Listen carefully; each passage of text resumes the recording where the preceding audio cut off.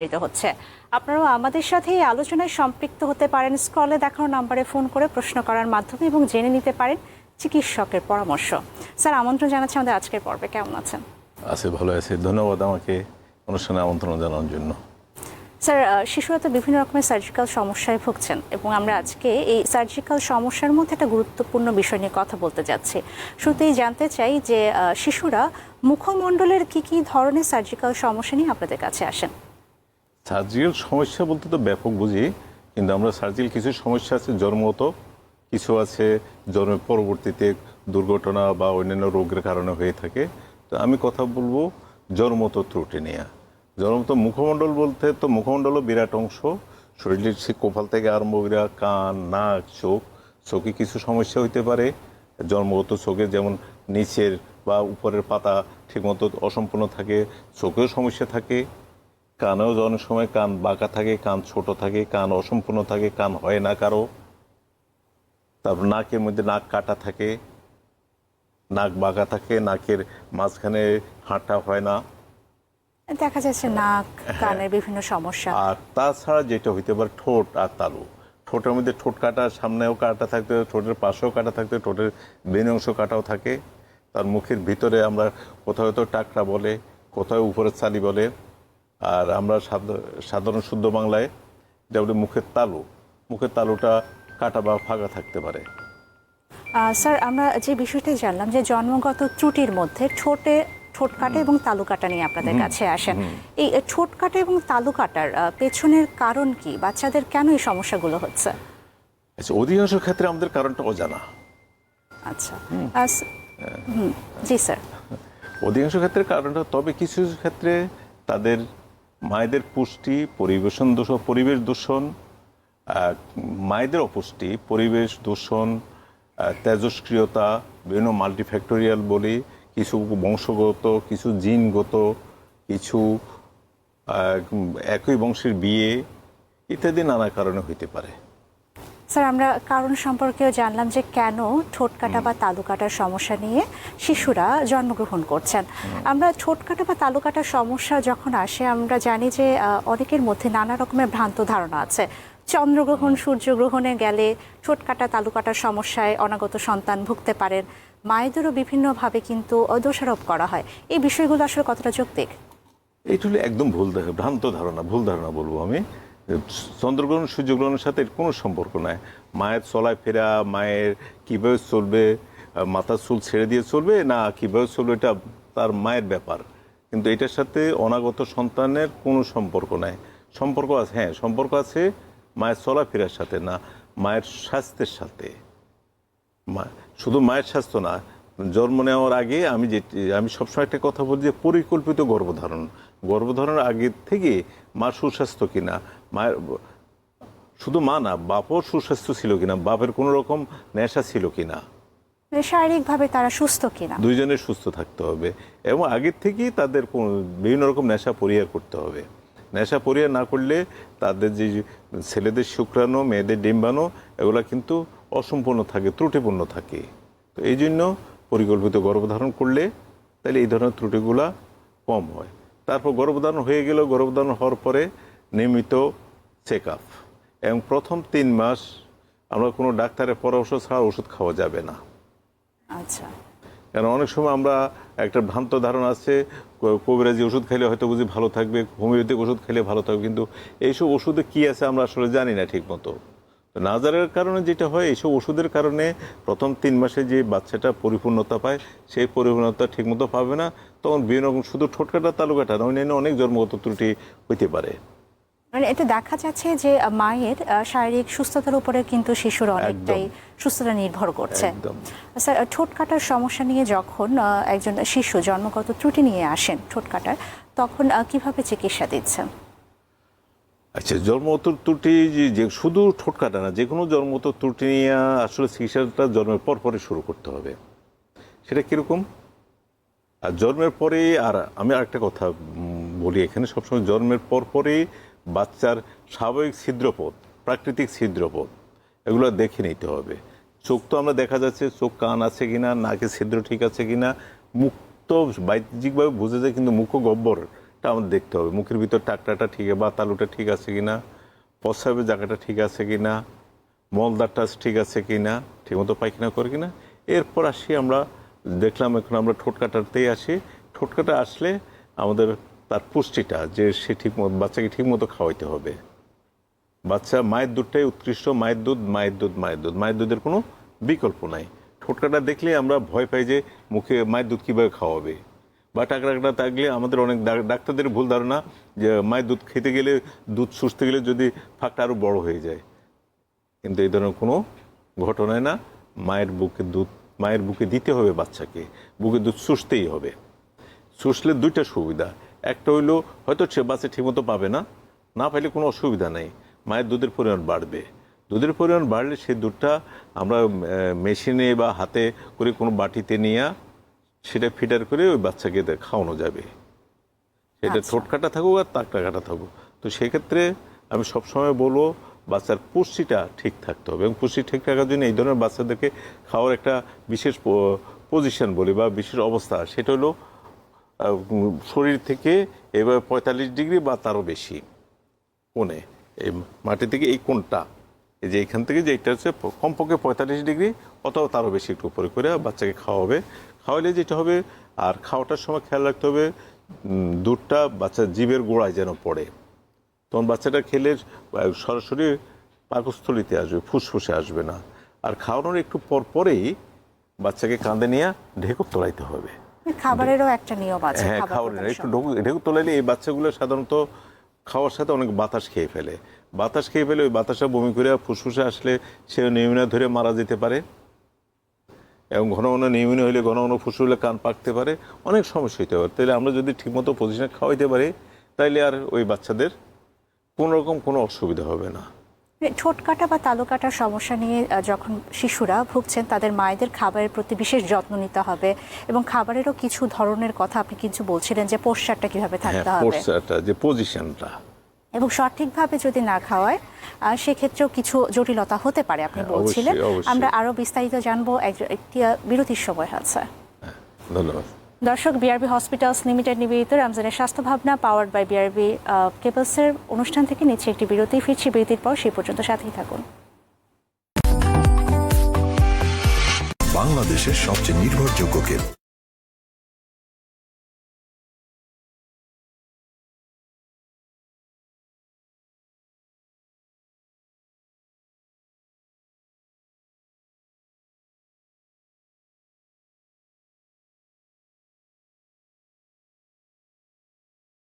দর্শক, আবারও স্বাগত জানাচ্ছি বিআরবি হসপিটালস লিমিটেড নিবেদিত রমজানের স্বাস্থ্য ভাবনা পাওয়ার্ড বাই বিআরবি কেবলসের আজকের পর্বে কথা বলছিলাম জন্মগত ত্রুটি ঠোঁট কাটা তালু কাটা নিয়ে। আমাদের সাথে আলোচনায় সম্পৃক্ত হয়েছেন অধ্যাপক ডাক্তার বিকে দাস বিজয় স্যার।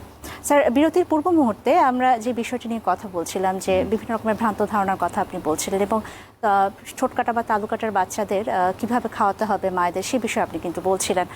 একটু জানতে চাই যে ঠোঁট এবং তালু কাটার সমস্যা নিয়ে যখন শিশুরা ভোগেন, এই ধরনের শিশুদের অপারেশনের কোনো প্রয়োজন আছে কিনা, বা কোনো জটিলতা হওয়ার কোনো সম্ভাবনা আছে কিনা চিকিৎসা গ্রহণ না করলে?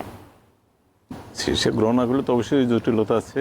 প্রথম জটিলতা যা তার ঠোঁট কাটা আছে, ঠোঁট কাটা দেখলেই তো স্বাভাবিক সে একটা অস্বাভাবিক, সে সমাজে চলাফেরা, স্কুলে আসা যাওয়া, এটা তো একটা বিরাট ঝামেলা, দেখতে অসুন্দর।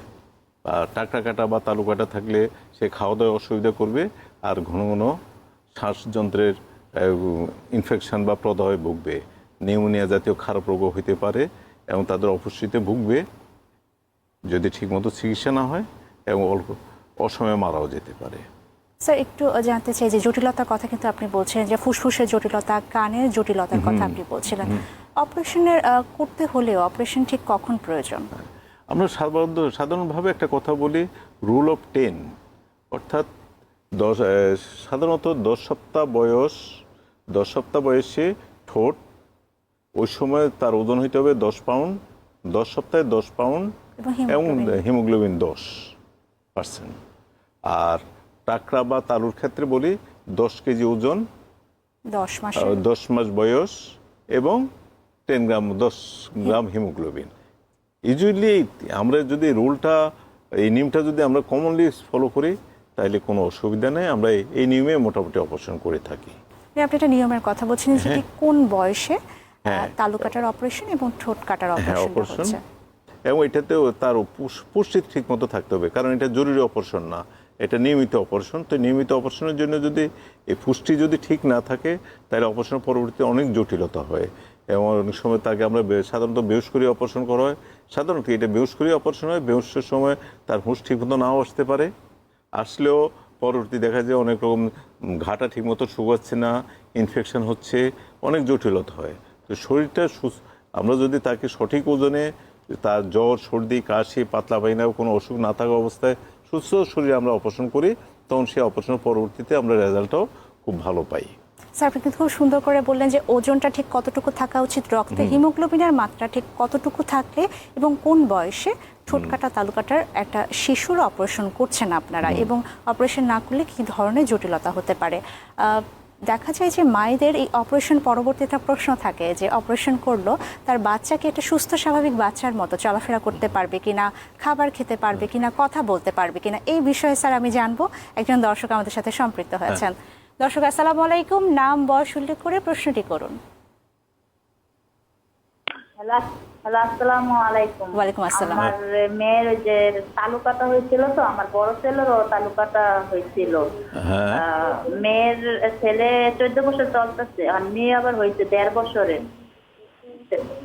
1.5 বছর বয়স? 1.5 বছর করাইছি আমি। 1.5 বছর করাইছেন? যে 1.5 বছর করাইছি। বাচ্চা কিন্তু জন্মের পরে 2 মাস পর থেকে পেটের ব্যথা শুরু হয়েছে। পেটের ব্যথাটাই ভালো করতে পারি না, কিছুদিন ভালো থাকে, কিছুদিন পরে আবার চিকার মাকার করে। গ্যাসের ওষুধ খাওয়াই রাখি, আর অ্যালজিন সিরাপ খাওয়াই রাখি ব্যথাটা উঠলে। আচ্ছা, এখন আপনার প্রশ্নটা কি বলেন, আপনি কি জানতে চাচ্ছেন? প্রশ্নটা এই যে পেটের ব্যথাটা, আর পানি আচ্ছা। খাইতে গেলে পানিটা ভালো করে খাইতে পারে না। পানিটা খাইতে গেলে জিব্রাটা বাইকের গট করে পানি খায়। দর্শক আপনার প্রশ্নটি হচ্ছে আপনার শিশুর তালু কাটার অপারেশন হয়েছে এবং এখন তার পেট ব্যথা হচ্ছে। স্যার, যে বিষয়টি জানতে চাচ্ছিল যে তার বাচ্চার হচ্ছে ছোট ওটা আস্তে আস্তে অবশ্যই। এখন বয়স কত আপনার বাচ্চার? কেটে গেছে স্যার। আচ্ছা, সে আপনি খেতে পারবে, ভয়ের কিছু নাই। এটা আস্তে আস্তে যিনি অপারেশন করছেন ওনার কাছে যান, উনি যদি কোনো খাওয়ার অসুবিধা থাকে উনি বলবেন, তারপর আপনি খাইয়ে বাচ্চা কোনো অসুবিধা হবে না খেতে। আচ্ছা স্যার, মানে বেসিক্যালি হচ্ছে যে বিষয়টি নিয়ে আমরা জানছিলাম যে কিভাবে তারা অপারেশন করবে, কোন বয়সে অপারেশন করবে, এই বিষয়গুলো নিয়ে স্যার আরও আমি বিস্তারিত জানাবো। সময় হচ্ছে আরও একটি বিরতির। দর্শক, বিআরবি হসপিটালস লিমিটেড রমজানের স্বাস্থ্য ভাবনা পাওয়ার্ড বাই বিআরবি কেবলস অনুষ্ঠান থেকে নিচ্ছে আরও একটি বিরতি, সাথেই থাকুন। দর্শক, আরও একবার স্বাগত জানাচ্ছি বিআরবি হসপিটালস লিমিটেড নিবেদিত স্বাস্থ্য বিষয়ক অনুযায়ী রমজানের স্বাস্থ্য ভাবনা পাওয়ার্ড বাই বিআরবি কেবলসের আজকের পর্বে কথা বলছিলাম জন্মগত ত্রুটি, ঠোঁট ও তালু কাটা নিয়ে। আর বিষয়ে আলোচনায় আমাদের সাথে স্টুডিওতে উপস্থিত আছেন অধ্যাপক ডাক্তার বি.কে. দাস বিজয় স্যার। স্যার, বিরতির পূর্ব মুহূর্তে কিন্তু আমি যে প্রশ্নটি করছিলাম যে তালু কাটা বা ঠোঁট কাটার যে অপারেশনের পরবর্তীতে একটা শিশু সুস্থ স্বাভাবিক জীবনযাপনে ফিরে আসতে পারবে কিনা। হ্যাঁ, অবশ্যই পারবে যদি সময়মতো অপারেশন করে।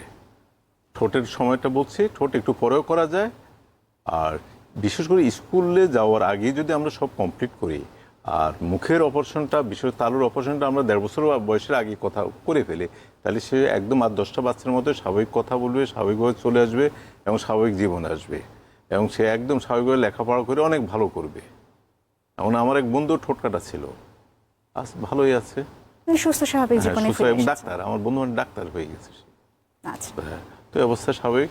কিন্তু যদি অপারেশন না করে তাইলে কি হবে, সে কথা বলতে পারবে না, লেখাপড়া করতে পারবে না, সে তখন হয়ে যাবে নিজের প্রতি নিজের বোঝা হয়ে যাবে, সংসারের বোঝা, পরিবারের বোঝা, এবং শেষ পর্যন্ত জাতির বোঝা।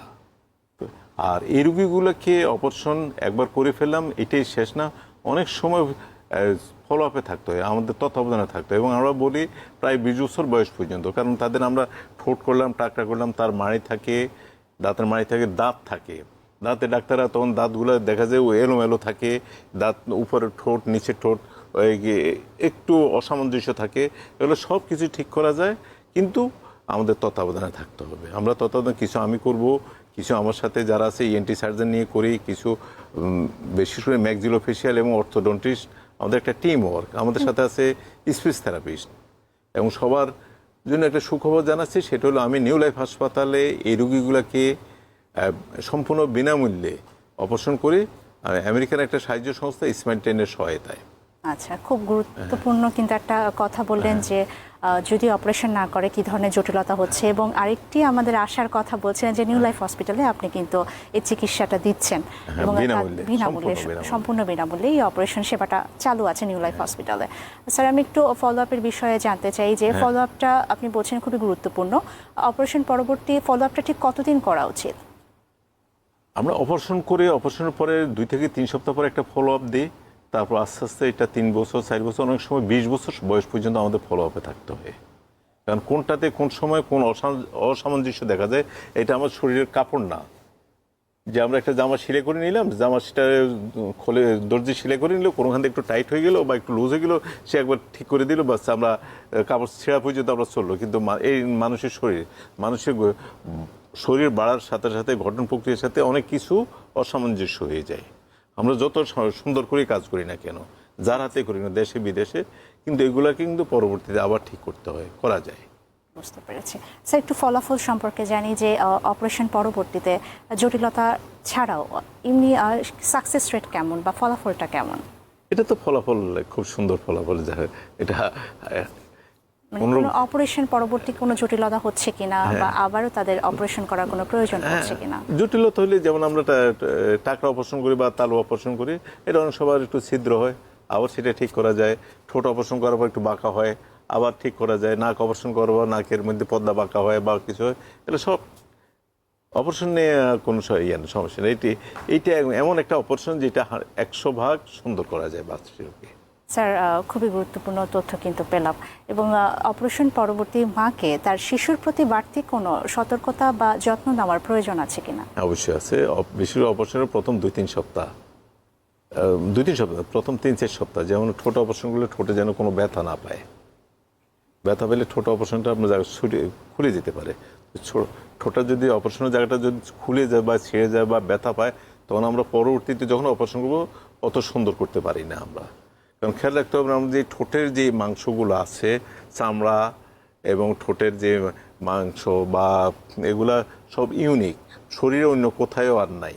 তো আমরা এই জায়গাটা এত গুরুত্বপূর্ণ, যদি এখানে কোনো রকম অপারেশন করতে যে যদি আমরা কোনো নষ্ট করে ফেলি, আমরা অনেক সময় সার্জনদের হাতে অনেক সময় নষ্ট হয়ে যায়, যিনি অপারেশন ঠিকমতো জানে না। অনেকে দেখা যায় যে অন্য সার্জনের মতো এটাকে সোজা ভাইবা নিয়ে কাইটে ছেঁড়া জোড়া লাগিয়ে ফেললেন, জোড়া লাগে ঠিকই, কিন্তু ঠোঁটটা, এই যে আমাদের ঠোঁটের মধ্যে একটা ঢেউ খেলানো থাকে, ঠোঁটের এই যে 2টা অংশ একটু উপরে থাকে, ইত্যাদি অনেক কিছু থাকে। নিচের ঠোঁটটা একটু বড় থাকে বা উপরে ঠোঁটটা একটু বড় থাকলেও, যে থাকলে একটা ঠোঁটের সামঞ্জস্য, এই সামঞ্জস্য রক্ষা করাটা খুবই গুরুত্বপূর্ণ। আমরা শুধু অপারেশন করলে হবে না, অপারেশনের সময় আমরা এটা চিন্তা করে সামঞ্জস্যটা রক্ষা করা। আর অপারেশনের পরপরই যদি মা যদি অসাবধান থাকে, পড়ে যায়, খুলে গেলে আমরা পরবর্তীতে অপারেশনের সময় সেই সামঞ্জস্য ঠিকমতো রাখতে পারি না। আবার টাকরা অপারেশনের ক্ষেত্রে অনেক সময় করে কি, মারা বাচ্চারাতে কলম বা এরকম শক্ত কিছু দিয়ে রাখে, চকলেট। আবার অনেক সময় তার যদি মাংস কম হয়, তখন আমরা গাল থেকে মাংস নিয়ে ওইখানে বসাই, কিন্তু তার শরীরের অংশ দিয়ে তৈরি করি। তার শিশুর বডি থেকে একটা অংশ, শুধু বডি অন্যখান থেকে না, মুখের ভিতর থেকে। কারণ এই শরীরের বলছি না একটু, এই জায়গাগুলো এত ইউনিক যে এটা শরীরে অন্য কোনোখান থেকে মাংস নিতে বসানো যাবে না। স্যার, অসংখ্য ধন্যবাদ আমাদের সাথে সম্পৃক্ত হওয়ার জন্য। ধন্যবাদ। দর্শক, এই ছিল বিআরবি হসপিটালস লিমিটেড নিবেদিত রমজানের স্বাস্থ্য ভাবনা পাওয়ার্ড বাই বিআরবি কেবলসের আজকের পর্বে। সবাই ভালো থাকুন, সুস্থ থাকুন। ধন্যবাদ সবাইকে।